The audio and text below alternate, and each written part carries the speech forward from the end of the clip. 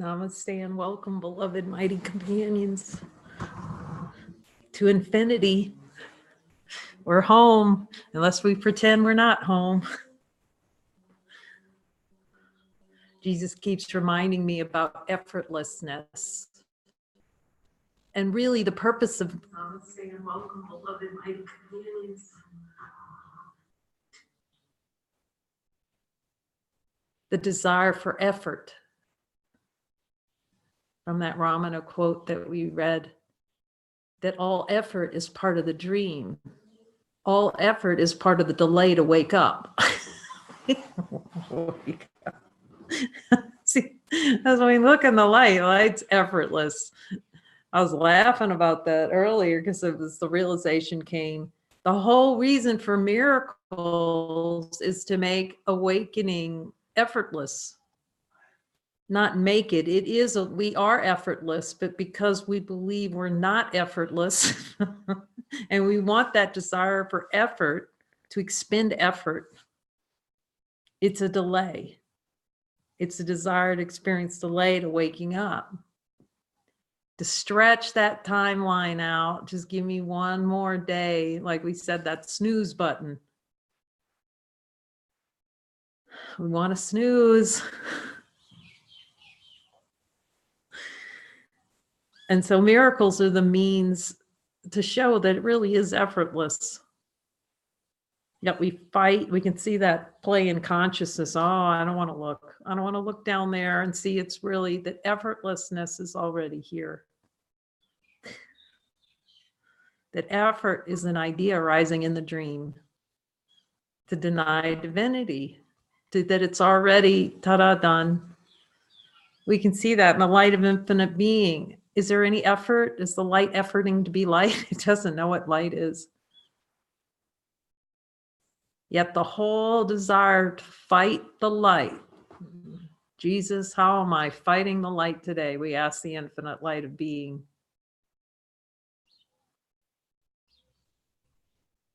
How am I saying no to what's already effortless? How am I miscreating the experience of effort for what's effortless? Doesn't know what effort is. Do we actually know what effort is, or is effort in an idea arising? Let's ask the light that. The desire for effort, that's Jesus, show me, the light of infinite being, show me any desire below my level of awareness to pretend that effort's possible. That effort's actually a possibility.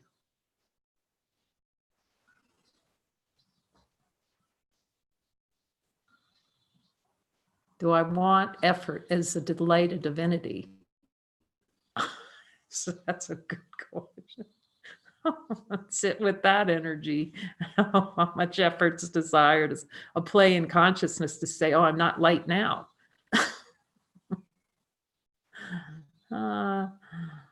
If I work hard, that I could just remember looking at that belief, because there's so much belief within consciousness and the play of consciousness that effort is required for everything.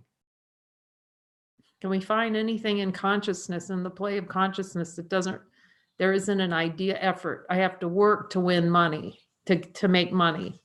It takes effort. I got an effort to raise my kids. I got an effort to keep myself alive. Completely trashing the Sermon on the Mount, lilies of the field.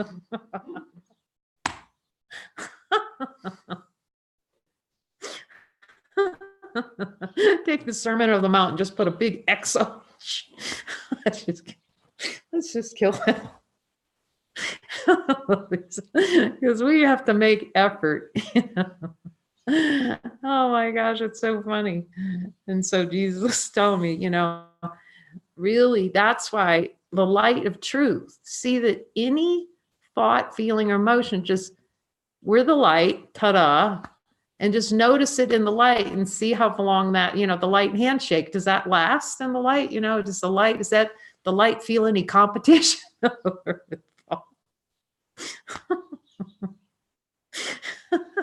Infinite light, feel any competition when a thought comes up or have to duke it out with thoughts.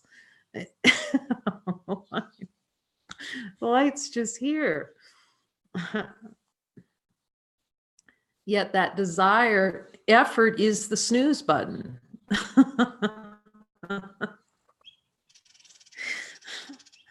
Effort's the snooze button. I have to work for a living. That was Ramana, such a great example. So he just, we know the story. You talked about the story of Ramana Maharshi. So, 16, lies down. I wonder what it's like to be dead. What dies? What happens when you die? And goes, oh, nothing dies. Walks out of his life. Takes a train, uses, I think, the money he was supposed to spend on school or something his brother gave him. He just used it, bought a train ticket. Buys a train ticket, ends up in Tiruvannamalai. Goes and lives in a temple, throws all his money. I think he had money. I mean, he had a couple of rupees, and he just goes and tosses it with his clothes. All his clothes, he just rips it off. Throws it into a lake or water or something. Then he goes and sits in a temple. He sits in a temple. It's like, this isn't real. I'm not going to die. I'm going to the symbol of the source, Arunachala, symbol of light, infinite light, is going to sit right and have the light be the teacher. Now that's really humbling. When you say your teacher is the mountain, that can teach you as much as anything, actually. Mountains don't move. It's unmoving. It's not getting involved with what's happening in form. It's just sitting there. It's a good teacher. That's his teacher, Arunachala. Shiva, teach him everything he needed to know. The light will teach us everything that we need to know. And then he goes and he's in a temple. And you're down kind of in the basement area. If you see it, it's just a little dungy, dark thing down there. He goes and sits down there and just contemplates on the nature of light. He's just interested in light. He's no interest in anything else. Why be interested in anything else, right? And then their kids going down there, rats are eating, they chewing on them. Doesn't care. No, none of this is real. Just oblivious, totally oblivious. Kids throwing stones, harassing him. Goes, lives up on, I think, a Vipassana cave up there on Arunachala, and lives in a cave. You saw that cave. It's small. It's tiny and it's dark, and he just lives in there for a while. Then all of a sudden, like nothing, zero effort, nada, nada, nada. An entire ashram. If you go see that ashram that built around him. Of course, he moves down because his mom got buried down at the foot of Arunachala, and so he goes and stays where she was buried. And then all of a sudden, there's like out of nothing, all these beings kept coming from nowhere, waking him up, because he would not wake him up because he would be in deep contemplation on the nature of self, and he wasn't interested in anything. Just like nothing, no effort whatsoever. I mean, all of this appeared out of consciousness. When we give ourselves over to the light, to what's true, rather than the investment and denial of light. We're lilies of the field. We see that we're lilies of the field already, like he says, it's all part of the dream. So then within the dream, we have the power of miracles. See all things in the light of the truth. That's a miracle. That changes perception when we see it in the light of truth. That's forgiveness, to see all things in the light of truth. As the light does not know what forgiveness is, true nature. The miracles given to see that we are effortless being, the light of truth, and how we want to suppress below our level of awareness and deny effortlessness. And then see that miracles are we want to suppress miracles. Jesus is showing us this morning in meditation. Look at the desire. Is there any desire to suppress miracles? Natural expressions of love. and divert them and have conscious control over them. And when he specifically used the word sexuality or misguided miracle impulses, that's the not guided, unguided use of miracles. Diversion, diversionary techniques from what's natural is miracles being the expression of infinite love, and then try to divert them. We can just ask, is there any desirable lower level of awareness to go sideways, tilt over a miracle, avoid it, not see it? Because they're immediately available. We know this as light beings. Let's ask the light. Are expressions of divinity natural? Expressions of infinite love natural? Light doesn't know anything about suppressing infinite love. It just is love. So we come to look at 277. Did I get there? Yeah. Let me not bind your son with the laws I made. See, the laws of limitation, the laws of denial of divinity, actually. Create that shoebox. I love that. I saw a website. It says, don't think out of the box, see that there isn't a box.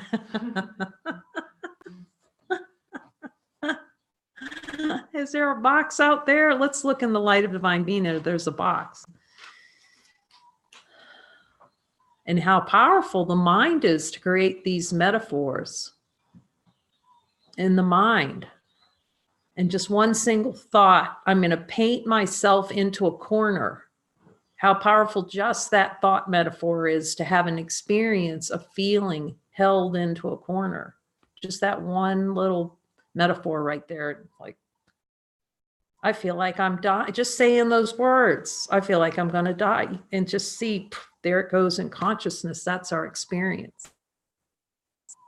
Look at what they're doing to me. There's the experience, right? In consciousness, that belief being expressed that there's a they and they're doing it to me. Why is this happening? Why is this happening? The desire for the experience of creating a law that's not of God, that something's actually happening. In the light of divine being, is anything happening? Can we find that?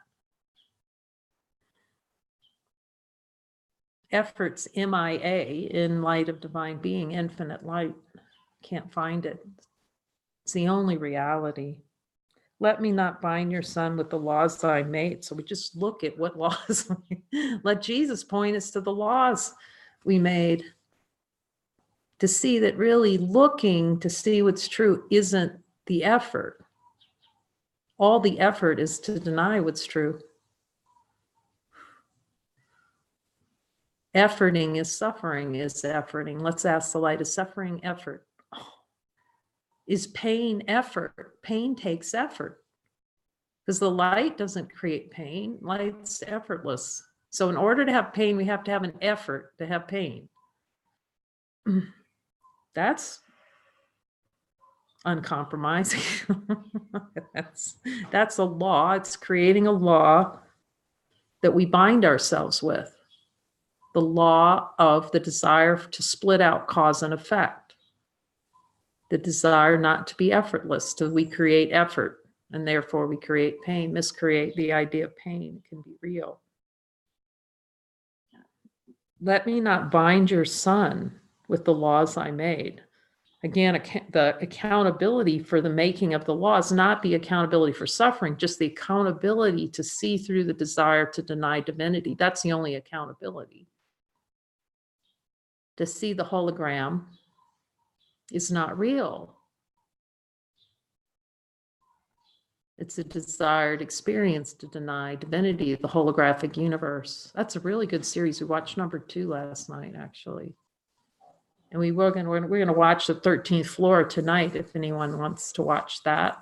It's another really good seeing through the hologram. That we don't want to see that it's consciousness is just a holographic projection. We want the characters in the projection to be real and then interact. It's so great. It's so helpful to see that, the power that we have. They talk about in that video how the brain makes these things happen, and the brain, let's just ask consciousness. I mean, let's just ask divine light if that's true. Is the brain generating the projection? The brain's not. It's the infinite mind pretending, is projecting out infinite possibilities. When they talk about the quantum field of infinite possibilities, that's infinite possibility. Does the light know infinite possibilities? Can we find infinite possibilities in the light? No, it doesn't know what possibility is. Infinite light doesn't know what possibility is. It's not looking to create possibilities. That's a play in consciousness. To play infinite different varieties of possibilities, worlds and universes, and this, it's an idea generator, thought generator, to play, for the play, that there's something happening, that there's a brain and a body. Your son is free, my father. Let me not imagine I have bound him with the laws I made to rule the body. Oh my goodness, he was having us look at the desire in our contemplation. We contemplate in the morning, and have Jesus deliver out, okay, here's what we need to look at. And he was saying, look at the body, the desire to experience a body. Look at that directly, just be in the energy of that. Your son is free, my father. Let me not imagine I have bound him with the laws I made to rule the body. The desire to bind ourselves. In the light of divine being, is there a desire to bind ourselves with the laws that rule the body? And just ask the light. You can, if it says yes, okay, we're going to look at that. Body identification. Body identification is effort. For the effortless one, it will be experienced as effort. The doer, desire to do, so that we don't be. We don't experience what's already here. He is not subject to any laws I made to which I try to make the body more secure. Jesus, will you show me any desire to make the body more secure? Define security. See, that's like the busy doings. Notice that's busy doings. We're going to do something to make the body secure.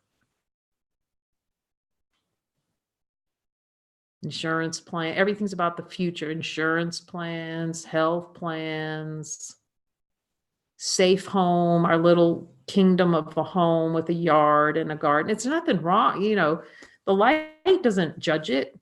It's just because the desire for effort will suffer it. We'll suffer the illusion that we need safety. See, that something in form will make us more safe than infinite light. So then the guilt and the suffering will play, that will run under. It will always have that protective, I got to protect something, I got to defend something feeling. So we just look at the laws I made, the desire for the experience of laws that we have to live underneath.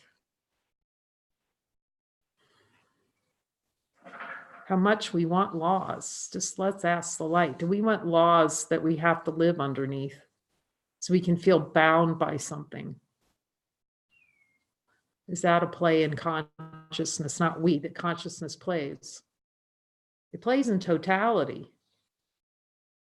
It plays that game in totality to experience limitation. He is not changed by what is changed, what is not. He is not changed by what is changeable. Let's just see in the light of divine being, are we changed by the changeable? So we just look directly at the desire for an experience of experience the changing. Is there a desire to experience the changing? Ask the light and just hear yes and okay, I see that desire to experience the changing.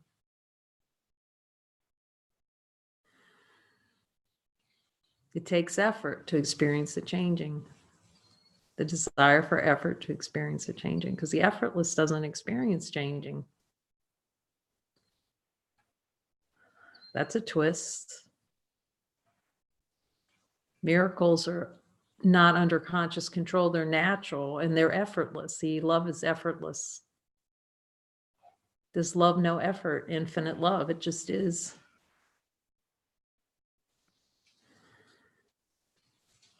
Making the body more secure is effort.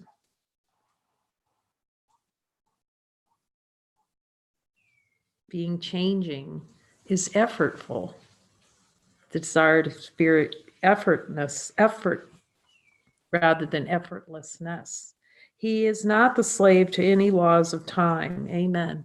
In the light of divine being, is what's here. Let's just say we don't know what it is. Light. The only thing that can be known. No. Light. There's just light. And a bunch of other stuff that seems to show up around here, but do we know what it is? Don't know what it is. Is not slave to any laws of time. Is the light slave to the laws of time? Is it waiting around for the light for time to deliver out some rules? This is what you got to follow on the timeline. The light doesn't know. We don't know what time is. It's just a concept appearing, desire to delay, to pretend that time has more power than we do, than infinite light. That's what time is, a concept in which time, we're subject to the sands of time. We don't have enough time.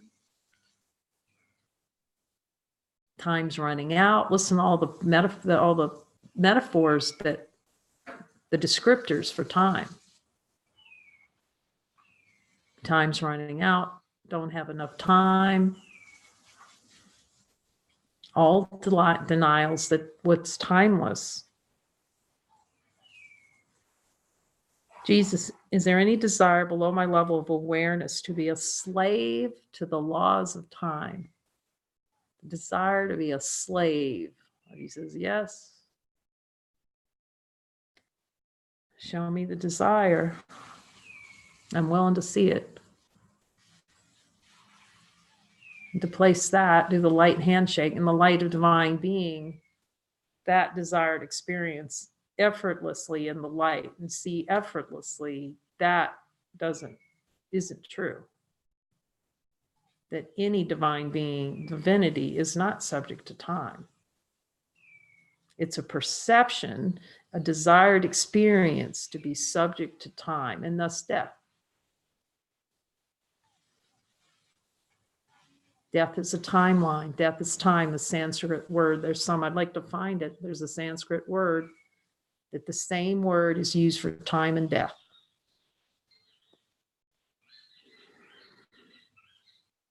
He is as you created him because he knows no law except the law of love. All.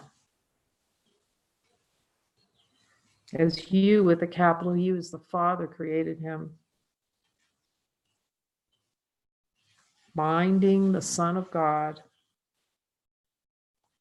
Does the Son of God have no laws except the laws of love? Ask the light.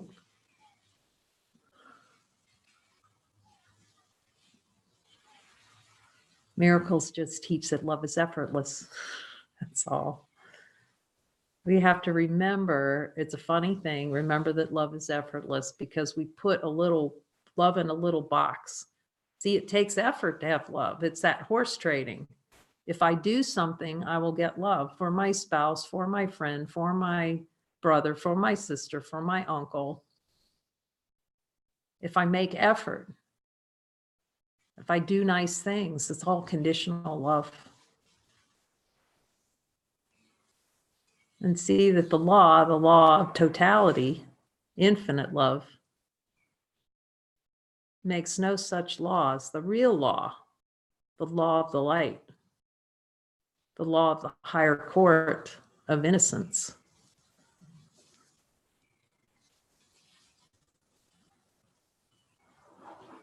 Let us not worship idols, nor believe in any law idolatry would make to hide the freedom of the Son of God. Yeah, today's meditation, he was saying, really look at that desire for prayer, for a prayer that is not of God, for things, the prayer for things to be not as they are. That's what the prayer, that's why it's a wish. It's a prayer to be not holy. The prayer for the laws of man, so they would be experienced. See the desire for those prayers that are not of God, that are made to hide the freedom of the Son of God. He's not bound except by his beliefs. Let's ask the light that. Is the Son of God bound by anything other than beliefs? The attempts to limit, the desire to limit and have an experience of love is limited. Yet what he is far beyond his faith in slavery or freedom. Let's ask the light that in direct experience. Are we far beyond faith in slavery or freedom? The light doesn't know either. Does the light know freedom? Or does it know slavery? It's unknown. It just is. It just is all that is. He is free because he is his Father's son, and he cannot be bound unless God's truth can lie, and God can will that he deceive himself. So we just look deeply with Jesus and ask for to be shown the desire for experience of self-deception.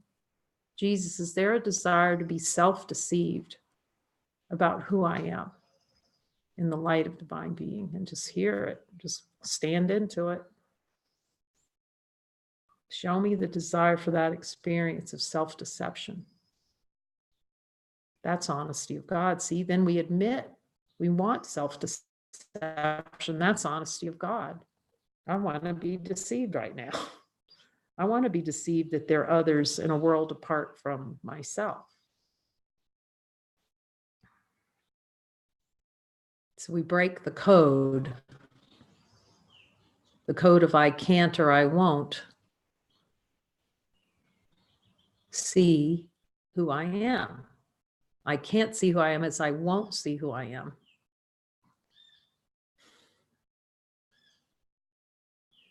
That's here now, the effortless nature of divine being. I'm not willing to see. It's always, oh, I just can't see this. I can, no, it's I'm not willing to see what I have denied because it's true. So we just have to look at the unwillingness to look to see what's already here. He cannot be bound unless God's truth can lie and God can will that he deceive himself. So we're willing against God to deceive ourselves, not us. Consciousness plays in deception. Is consciousness playing deception? See, that wanting of deception. I want to be deceived. So instead of saying, I can't see that I'm spiritually awake, no, I'm desiring to be deceived that I'm not spiritually awake. I want to be deceived that I'm not the light. That miracles are not natural to me. Infinite light, expressions of infinite love are not natural. I want to be deceived about that.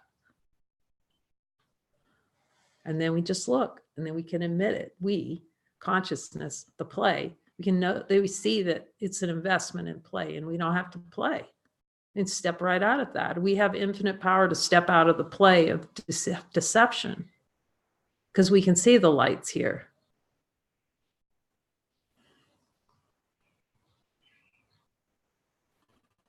So all miracles do is teach that we're effortless. That's it. It's our only function, effortlessness. And effortless is supreme happiness. See that we can never be happy with effort. Effort can't bring happiness. It's a desire and a dream to kill the light. Effort is a desire and the dream to kill the awareness, to push effortlessness below the level of our awareness. That's consciousness's play. That's why we need the light. He just reminded me in meditation this morning to not follow is attack. Not follow the light is self-attack. We can ask the light that. To not follow the light of divine being, that voice for God, is it attack? Hear the answer. Self-attack. So the play will do anything not to follow that light, not to hear the voice within that leads back to see that we're effortless nature of being. Let me not bind your son with the laws I made. To see that self-deception is binding. Self-deception is an agreement to bind ourselves to the idea of a personal identity and to hold that of greater value than the effortless nature of being.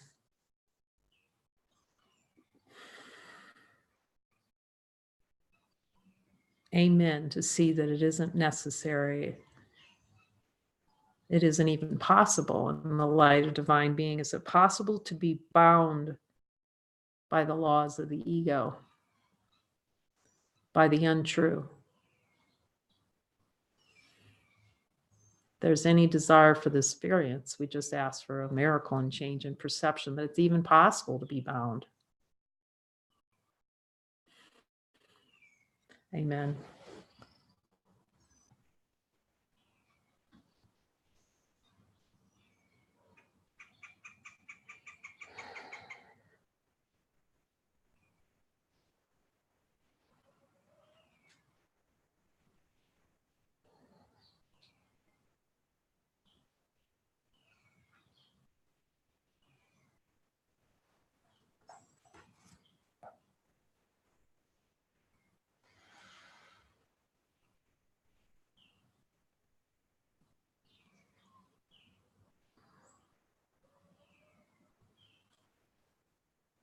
Love from San Juan Coastal, beloved mighty companions.